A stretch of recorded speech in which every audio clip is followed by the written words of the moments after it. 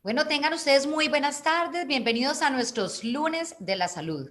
Hoy con un tema muy interesante, todo lo que debemos saber de la epilepsia, a cargo del neurólogo Carlos Tolosa. Él es neurólogo clínico con especialidad en epileptología, es decir, aquella disciplina que se ocupa del estudio de la epilepsia.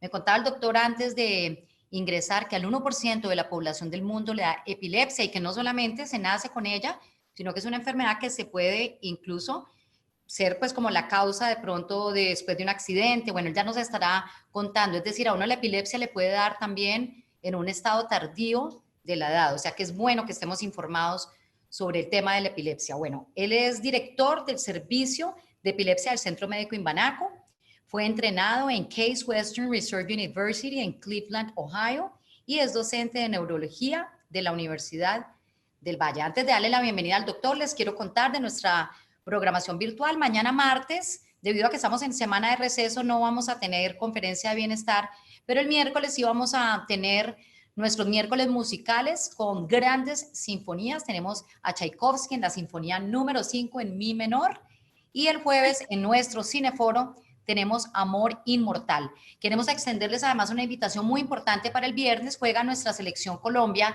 a las 6:30 de la tarde, entonces vamos a estar viendo el partido contra Venezuela a partir de las 6:30 en la terraza, y después vendrá musiquita para que tengamos digamos, un viernes muy agradable apoyando a nuestra selección Colombia. Bueno, ahora sí, le quiero dar la bienvenida al doctor Carlos Tolosa, agradecer como siempre al Centro Médico Imbanaco por esta alianza maravillosa que nos permite llegar a sus hogares con diferentes temas de salud cada lunes. Adelante, doctor Tolosa, buenas tardes. Buenas tardes, muchas gracias por la invitación. Confirma si me escuchan bien. Sí, escuchamos perfectamente, doctor. Entonces, como les mencionaron, voy a hablar sobre todo lo que ustedes saber de epilepsia, aunque saberlo todo es, o abarcar es, el tema completo es muy complejo, tardaría mucho. Me confirman también si en este caso me ven la pantalla. Sí, yo veo la pantalla, la veo es un poco pequeña, yo no sé si puede de pronto. Veo a mano izquierda Carlos R. Tolosa. Eso, ahí doctor ya Sí, se lo que ve pasa, perfecto. yo creo que tendría que...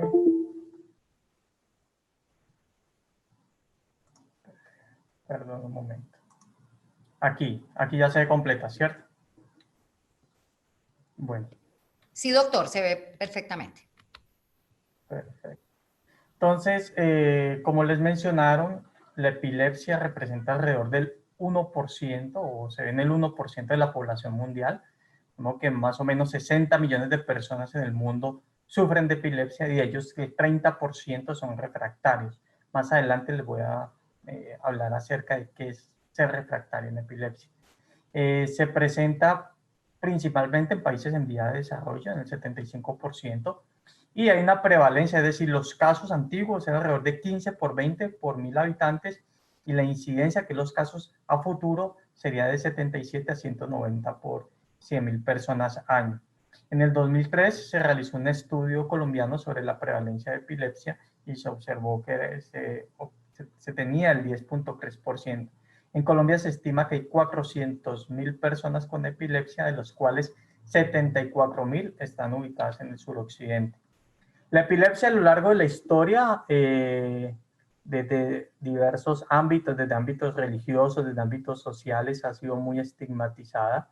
E incluso si ven estos cuadros de la transfiguración de Rafael, vemos cómo están señalando al supuesto personaje que está poseído por el demonio, pero los estudios lo que han indicado es que es la típica postura que presenta un paciente con epilepsia.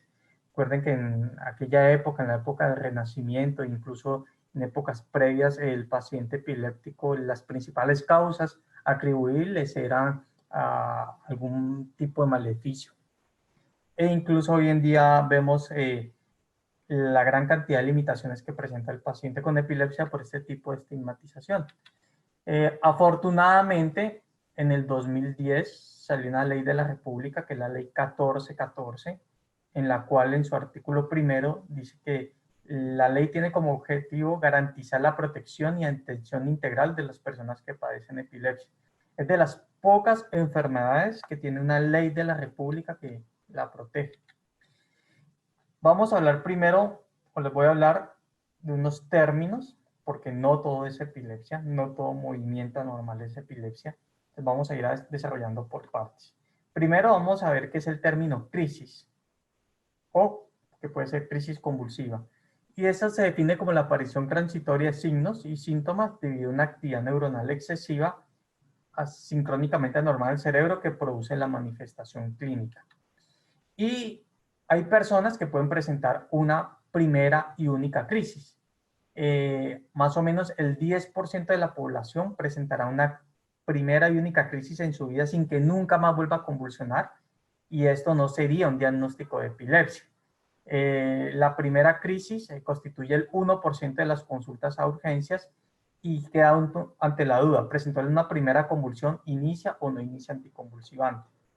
¿Por qué? Porque es que ya estigmatizar o catalogar a un paciente con diagnóstico de epilepsia, ese medicamento o ese anticonvulsivante, después nadie se lo quita.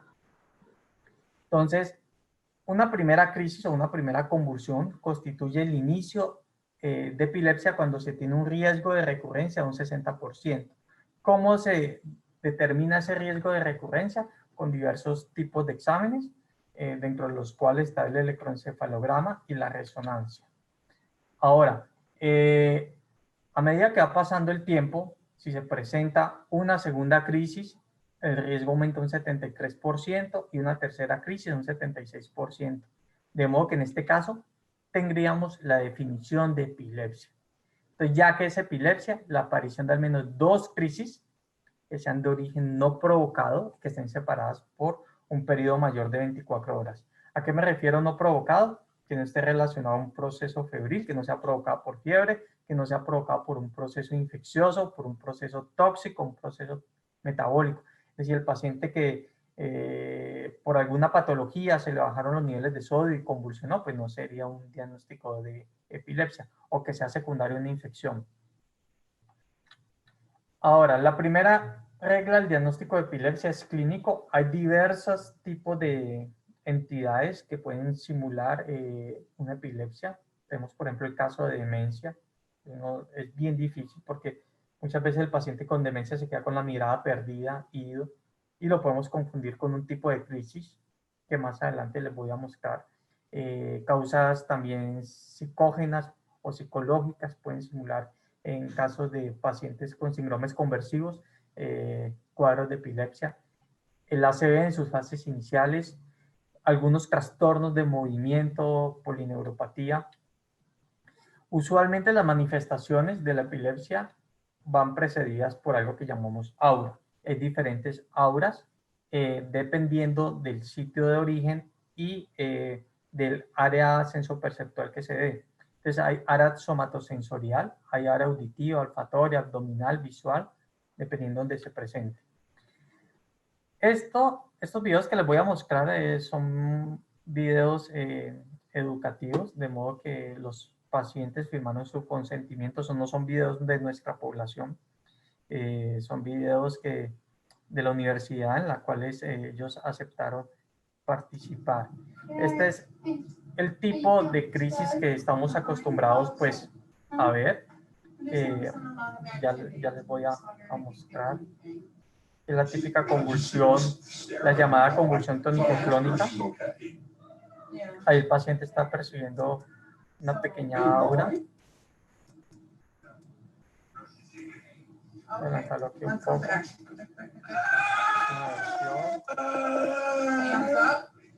Hands up. Esta es la típica convulsión, en la cual hace esa extensión de los brazos, las extremidades hacia adelante.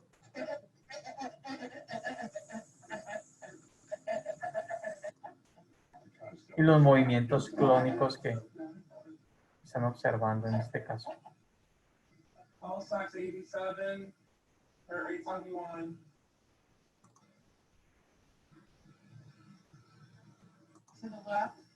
Es una crisis típica, pues que no tiene pierde, por así decirlo, pero hay muchas manifestaciones de crisis. Entonces, por ejemplo, este es un niño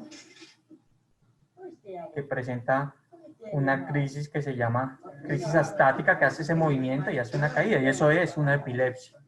De modo que las manifestaciones pueden ser muy variadas. Esta es una paciente que en estos momentos está presentando una crisis epiléptica. Se llaman crisis automotoras, como el nombre lo dice, o automatismos, como el nombre lo dice, es una conducta automática. Entonces lo que están viendo que está organizando todo su alrededor es precisamente la crisis.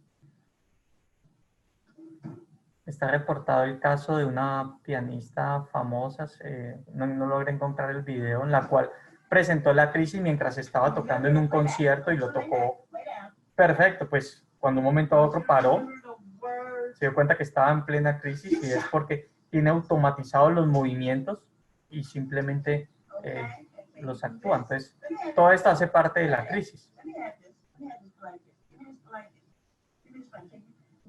Como ven, ahí está el técnico tratando de decirle que le toque el dedo, pero pues ella está un poco desconectada, trata de seguir las órdenes de una manera un poco automática.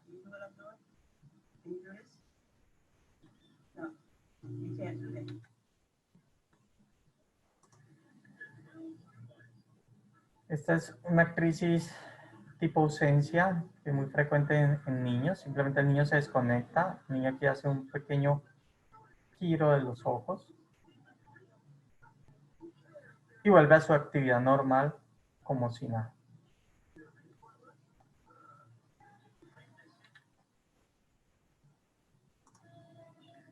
Esta es una crisis que se llama crisis atónica. Simplemente el paciente pierde el tono muscular de la cabeza. Es un tipo de epilepsia.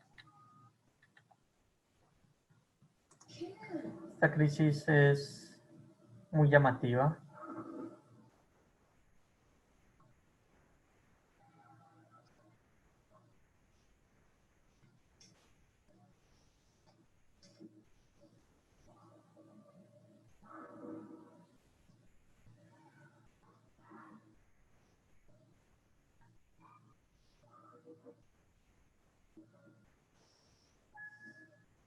Se llama una crisis giratoria.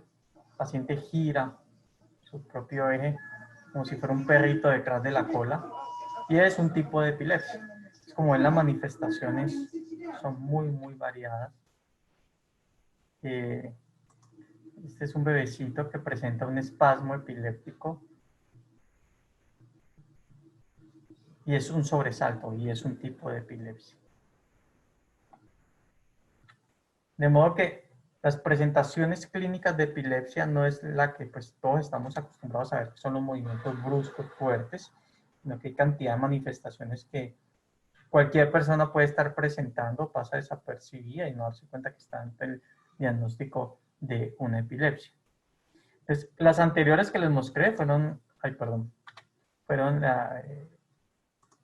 unas tipos de epilepsias especiales que se ven frecuentemente. Pero así como encontramos el diagnóstico de epilepsia, también podemos ver casos como este señor. Empieza con estos movimientos que son muy asincrónicos. Voy a ir adelantándolo porque es muy largo.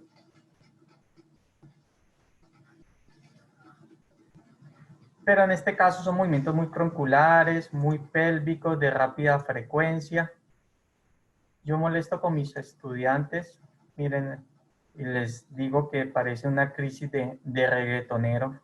La verdad, este paciente lo que presenta son eventos paroxísticos no epilépticos psicógenos, es decir, son pseudocrisis. El paciente tiene pues problemitas emocionales y trata de inconscientemente simular una crisis, como en eso muy larga, que es muy rara en una convulsión. Las convulsiones usualmente son cortas, lo limitan. Entonces, muchas veces el diagnóstico de epilepsia también es bien complejo y necesitaríamos estudios electroencefalográficos. Hay crisis autonómicas, el sistema autónomo son los encargados de la función corporal, de la frecuencia cardíaca, de funciones gastrointestinales. Entonces, hay crisis autonómicas en que el paciente solo percibe taquicardia, solo salivación, sudoración, y es un tipo de epilepsia. Como les mencioné, las crisis epilépticas son crisis cortas, las crisis rara vez duran más de 2 minutos. Cuando se prolonga una crisis, estamos ante el diagnóstico o un estatus epiléptico. Estatus epiléptico, pues la definición es antigua, era una crisis que duraba más de 30 minutos. ¿Por qué ese tiempo? Porque es el tiempo en que ya de tanto presentar convulsión, el paciente presenta un daño neuronal permanente. Pero trataron de hacer protocolos de tratamiento utilizando una definición más operativa y llegaron al punto de 5 minutos. Es raro que una convulsión dure más de 2 minutos, 2 minutos y medio. De modo que una convulsión que dure más de 5 minutos es considerada un estatus epiléptico y se le empieza el tratamiento como tal. ¿Por qué se da este tipo de convulsiones tan prolongadas? Pues tenemos que están diferentes tipos de neurotransmisores, se unen a diversos receptores, y en la medida en que el paciente empieza a convulsionar, estos receptores en la célula lo que hace es que se internaliza y ya los neurotransmisores no tienen donde actuar, disminuye su cantidad. Y estos, que son receptores para neurotransmisores excitatorios, es decir, que facilitan la convulsión, empiezan a aparecer. Entonces, después de 5 minutos, la importancia de llevar un paciente a un servicio de urgencias a tratar rápidamente. La distribución tanto de la epilepsia como del estatus epiléptico es bimodal, es decir, presenta una mayor incidencia en los primeros años de vida y al finalizar la vida. Y obviamente la mortalidad del estatus va de acuerdo a la duración del estatus. Pasando o siguiendo en la cadena de eventos, llegamos al punto de lo que es epilepsia refractaria. Y epilepsia refractaria es aquel paciente que sufre de epilepsia que a pesar de estar recibiendo 2 fármacos adecuados y en combinación para el tipo de convulsiones que tiene, sigue presentando crisis a repetición. Este fue un estudio que hicimos en Imbanaco. Tenemos que más o menos en el suroccidente hay alrededor de 23.000 pacientes con epilepsia refractaria, es decir, aquellos pacientes que están recibiendo medicamentos y persisten y siguen presentando crisis. ¿Qué es lo que pasa? Después de un primer medicamento, el 47% de los pacientes responden a él, un segundo medicamento un 13% y un tercer medicamento tan solo un 4%, versus los efectos adversos que puede producir esta politerapia, es decir, esta combinación de 3 medicamentos. Entonces, ¿qué nos queda en ese caso? Cirugía de epilepsia. La cirugía de epilepsia, entre comillas, no es nada nuevo, es decir, nuestros antepasados lo practicaban aquí en América. Estos eran los instrumentos que se utilizaban. Sin embargo, pues no era exclusivo de América, o sea, la evolución o el desarrollo, entre comillas, tecnológico ha sido muy parejo en la humanidad, a pesar de existir esa separación geográfica y en esa época esa falta de comunicación, pero sí en estudios, sí se ve en cráneos en Europa y en cráneos en América en que hacían crepanación, es decir, habría agujeros en la cabeza en ese entonces pensando que lo que tenía el paciente era un demonio y que tenían que abrir un roto para que el demonio saliera. Pero vemos cómo los cráneos americanos desarrollaban callo, es decir, que los pacientes sobrevivían a la técnica quirúrgica. ¿Qué significa? Que siempre pues hemos estado un poco adelantados en cuanto a este tratamiento.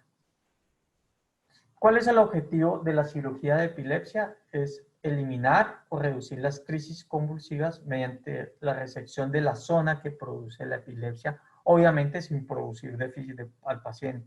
Lo que yo le digo a los pacientes, es muy fácil operar epilepsia, o sea, sacar un pedazo de cerebro que es el que produce la epilepsia es muy fácil, el punto es retirar ese cerebro enfermo, pero que no vaya a quedar el paciente con algún déficit. Entonces, para eso se hace una serie de estudios en los cuales logramos identificar cuál es la zona que se inicia las crisis, la zona productora, las zonas donde se puede producir un déficit y las áreas elocuentes, es decir, las áreas donde está, por ejemplo, el lenguaje, la parte motora, la parte visual, y ver que todo esto no esté sobrepuesto. Para eso utilizamos diferentes técnicas. Entonces, dentro de los estudios prequirúrgicos para epilepsia tenemos el videoelectroencefalograma, que es un electroencefalograma, se colocan los cablecitos, va con registro con video, y que es lo que vieron en los videos que les mostré previamente, y la idea es obtener o desencadenar convulsiones. Se le retira al paciente el medicamento y vemos de dónde se origina. Estudios de resonancia cerebral de 3 telas. En el Centro Médico en Banaco tenemos este equipo. Las telas hace referencia a la calidad que puede generar la imagen.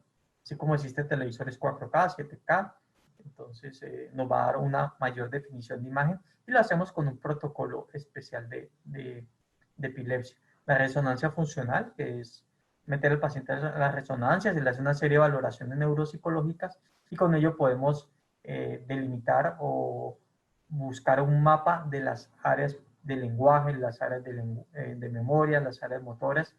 El PET cerebral, el SPECT cerebral, que son estudios de medicina nuclear y valoración neuropsicológica.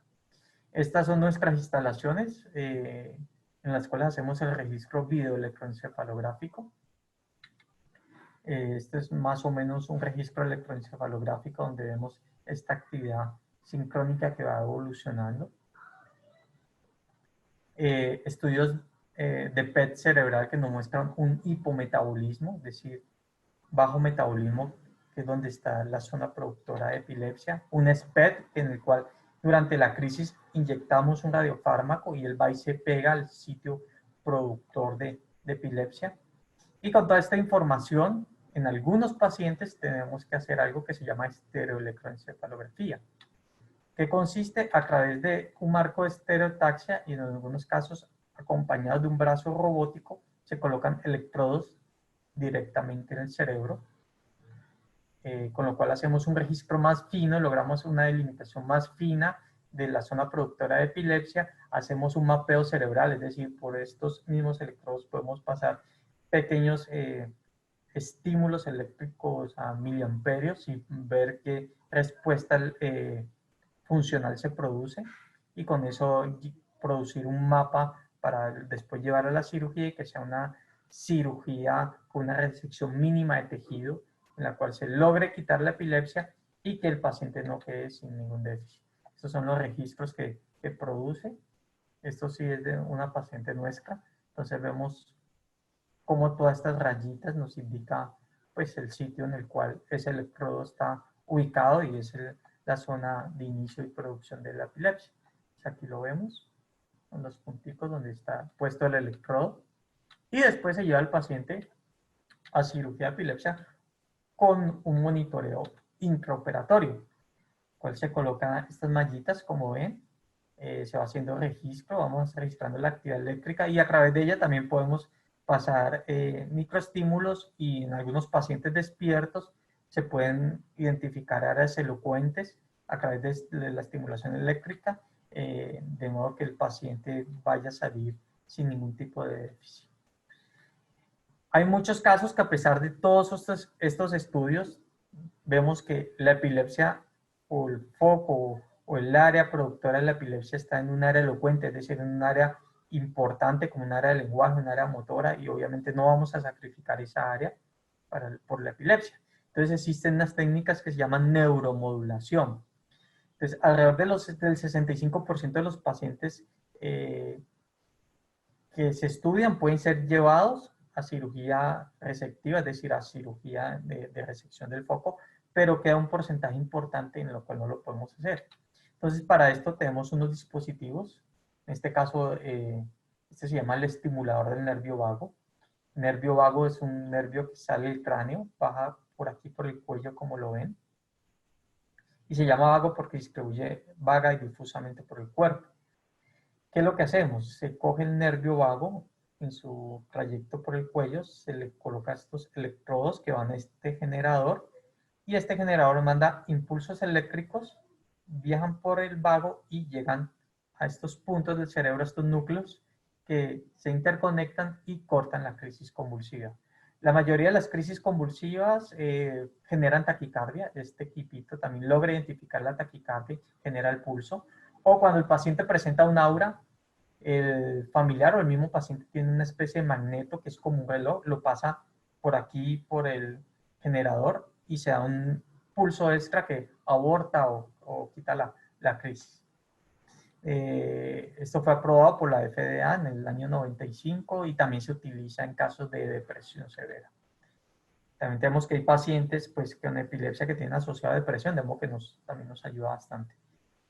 Y en el 2005 se aprobó este equipo que se llama el NeuroPace, el cual son electrodos que llevan directamente en el cerebro, se colocan una tira con 4 contactos y un electrodo profundo, y él manda señales, registra la actividad eléctrica normal, manda señales al equipo, esto va aquí en cráneo, todo a través de 3 algoritmos descifra esa actividad y manda una señal eléctrica que corta esa actividad normal. Obviamente para eso tenemos que tener bien identificado el foco.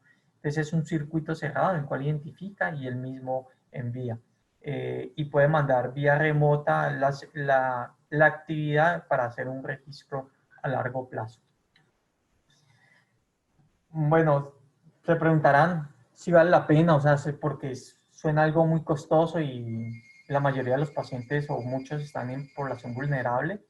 Vemos que es costoso, sí, tanto la evaluación prequirúrgica como la cirugía, pero hay que ver lo que es riesgos, beneficios, lo que es la mejoría clínica, la reducción de medicamentos y servicios médicos a largo plazo. En cuanto a los costos indirectos, es cuanto a la productividad laboral, mejora la productividad laboral, disminuye la mortalidad prematura, la estigmatización social.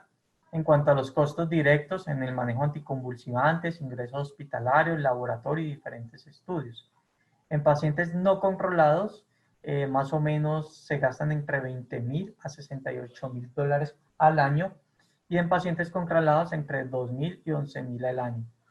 En el 2004, en Estados Unidos, el costo de la epilepsia fue de $9.3 billones, y nosotros hicimos un pequeño estudio en Imbanaco. Este es la mezcla de medicamentos usual que puede tener un paciente. Levetiracetam puede costar alrededor de $193,000 al mes, la cosamida $600,000, la mocrina $40,000.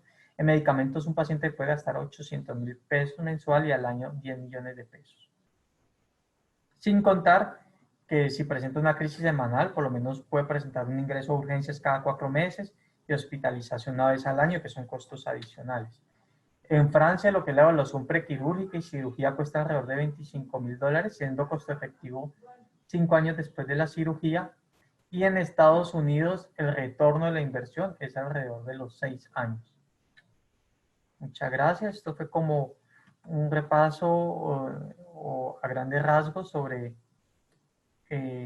términos de epilepsia, sobre ver que hay cantidad de manifestaciones que pueden presentar el paciente y que pasar desapercibidas, y también en cuanto al manejo quirúrgico. No sé si alguien tiene alguna pregunta, una duda. Muchas.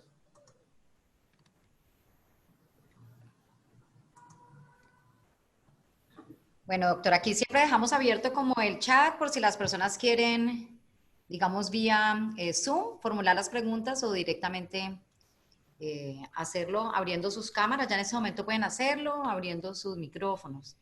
O sea, usted, en la primera parte, doctor, usted decía que en el 75%, digamos, de los casos de epilepsia, sí son países en vía de desarrollo. ¿Cuál es la relación ahí con vía de desarrollo epilepsia? Porque de pronto en sociedades más avanzadas, la incidencia es... Como antes de empezar la charla, lo que mencionábamos, la epilepsia, cualquiera de nosotros puede presentar epilepsia en cualquier momento de la vida, ¿ok? ¿Por qué se ve usualmente en países en vía de desarrollo o en población vulnerable? Porque está muy asociado a partos mal atendidos, genera cuadros de hipoxia cerebral durante el nacimiento, entonces esas pequeñas neuronas muertas pueden generar cortocircuitos y generar epilepsia. También porque se puede presentar por infecciones. Unos años atrás veíamos mucho la presencia del neurocisticerco, el famoso parásito asociado al consumo de carne de cerdo y incluso de presas, algunos vegetales contaminados. Al trauma, obviamente en países en vía de desarrollo, la violencia pues nos va a llevar a mayor trauma, pero cualquiera podemos presentar epilepsia en cualquier momento de la vida. Un ACV, es decir, un ataque cerebrovascular que nos genera una cicatriz cerebral, puede generar epilepsia, un trauma, como les mencioné, o cualquier proceso infeccioso. Bueno, acá tenemos, acá tenemos una pregunta. Muy buenas tardes, doctor. Si algún socio o compañero presenta una crisis epiléptica, ¿qué hacer y qué no hacer? Es muy buena pregunta, Buena pregunta. porque lo primero que pasa es que todo el mundo entra en pánico. Y después del pánico vienen acordarse de las recomendaciones de las abuelas o las recomendaciones generales. Entonces, lo primero que hay que hacer es obviamente calmarse. Las crisis, como le mencioné, se autolimitan, son cortas. Lo que hay que hacer es colocar al paciente hacia el lado izquierdo. ¿Para qué? Para que las secreciones las pueda eliminar. Cuando menciono lo de las abuelas o lo anterior que se recomendaba o decían era que evite que se muerda o se trague la lengua. El paciente no se va a tragar la lengua. Sí puede que se muerda la lengua, pero muchas personas le meten los dedos para cogerle la lengua y de la fuerza de la convulsión lo que termina es produciendo una amputación de un dedo. O muchos le meten un palo supuestamente para evitar que se vaya a morder la lengua, terminan partiendo ese palo y terminan aspirando, broncoaspirando ese palo y una muerte, o meten un trapo y puede generar eso. Entonces la recomendación es calma primero, colocar al paciente hacia el lado izquierdo para que note las secreciones. La crisis pasa sola, en máximo 2-3 minutos.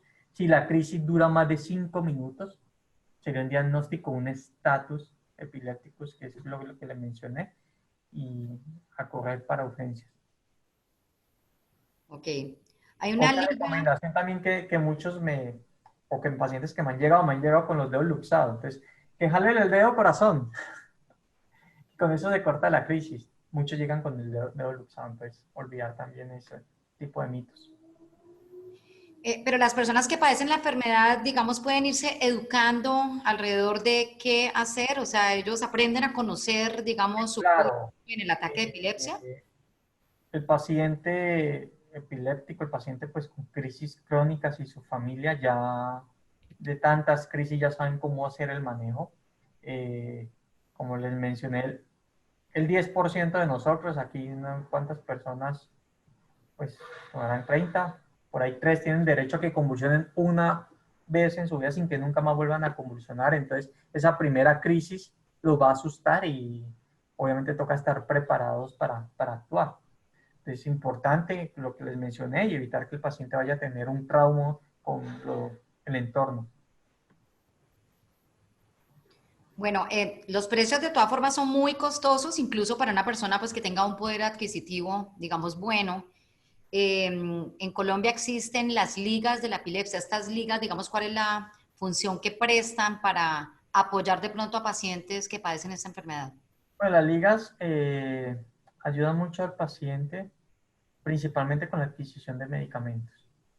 Pero gracias a lo que les mostré, creo que fue en la segunda diapositiva de la ley 1414 del 2010, el paciente epiléptico está protegido y se le debe garantizar pues toda su atención. Como que a pesar de que los costos del estudio, de la cirugía son altos, el gobierno pues con regímenes subsidiados, nosotros en Imbanaco hemos operado varios pacientes de régimen subsidiado. Entonces, hay manera de tratarlos. De tratar. Además, Bueno, tenemos mejor cobertura incluso que en Estados Unidos. ¿más cobertura en Colombia? Por el sistema, en papel, aunque sea, por lo menos en papel sí. Ajá, ok. Bueno, aquí nos pregunta también Mónica Slevis, si el paciente no tiene ningún tipo, digamos, de protección de salud, ¿a dónde podemos llevar o remitir a este paciente para que puedan prestarle ayuda? Yo soy docente de la Universidad del Valle, de modo que también tenemos programa en el hospital universitario. Incluso hace poco se abrió la sede norte y allí se está haciendo atención de pacientes, de modo que si no tienen ningún sistema, pues debe tener algún régimen subsidiado, es decir, casi 90% de la población tiene algún tipo de carné, ¿no? Que le garantice su atención. Bueno, no sé si alguien quiera formular alguna pregunta al doctor en este momento. Pueden hacerlo directamente. La relación COVID, doctor, epilepsia, como se habla siempre de las comorbilidades, las personas que han fallecido o pasan por episodios muy graves, la epilepsia puede ser una comorbilidad de pronto peligrosa para el COVID. No, que la epilepsia vaya a favorecer que el paciente con COVID se nos complique, no. Al principio, pues es un virus nuevo que apenas estamos conociendo Diciendo. y estamos haciendo seguimiento y hay algunos estudios buscando si el COVID podría como infección favorecer la aparición de epilepsia. Por ahora los datos no son concluyentes y aparentemente no. Afortunadamente no, pues un cuadro posinfeccioso de COVID vaya a generar epilepsia, no. Bueno, no sé si alguien más quiere formular alguna pregunta y si no, pues doctor, de pronto para que usted nos haga como una especie de síntesis de pronto de lo que ha sido la conferencia de hoy y bueno, alguna recomendación también para que todos estemos alertas, sobre todo que podamos en determinado momento ayudar, porque a veces uno ve en realidad, a mí me ha tocado ver varias personas que les da en la calle y por eso la primera pregunta que se hacía como qué hacer me pareció muy importante. Pero aquí tenemos otra pregunta de Carolina.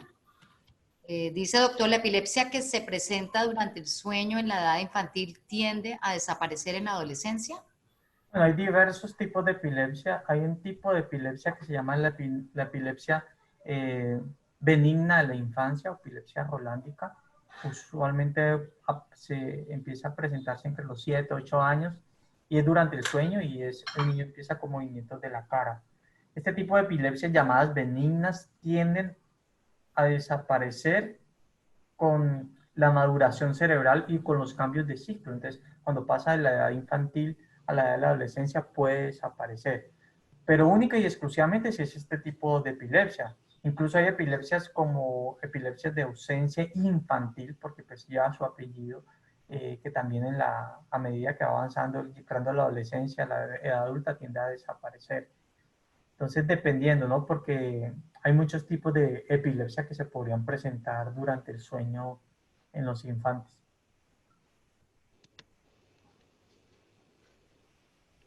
Bueno, doctor, unas últimas recomendaciones de pronto. Sí, como les mencioné, estar pues atentos, no pensar que solamente epilepsia son lo que estamos acostumbrados a ver, que son aquellas sacudidas o movimientos como los que les mostré en el primer video. Hay cantidad de manifestaciones. En la tercera edad, en pacientes con Alzheimer, con algún tipo de demencia más frecuente de la epilepsia, a veces el paciente se queda con la mirada perdida y es, no, que es el Alzheimer, puede estar presentando epilepsia. Pacientes que de pronto empiezan con hormigueo en alguna parte del cuerpo que es reiterativo, pues también puede ser alguna manifestación de epilepsia. Entonces, el primer recomendación es que la manifestación de la epilepsia es muy variada. También que no todo movimiento anormal puede ser o es epilepsia. Vemos que hay pacientes con problemas emocionales, como el último paciente, el último video que les mostré, que pueden simular una epilepsia. O pacientes que presentan un desmayo y resulta que fue un síncope, se le bajó la presión, se le bajó la frecuencia cardíaca. Que hay manera o hay cantidad de medicamentos para tratarla. Y si el paciente, o como decía Gabriel García Márquez, el bisturí es el fracaso de la medicina, pues es decir, si fracasan los medicamentos, pues nos queda una opción, el manejo quirúrgico, en caso de que no respondan pues a las múltiples opciones terapéuticas farmacológicas que le hemos brindado.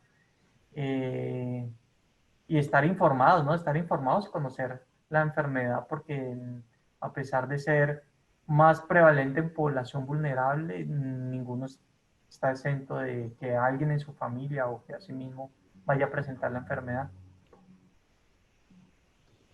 Bueno, doctor Tolosa, quiero agradecerle mucho en nombre del Club Campestre de Cali, de su junta directiva, del gerente general.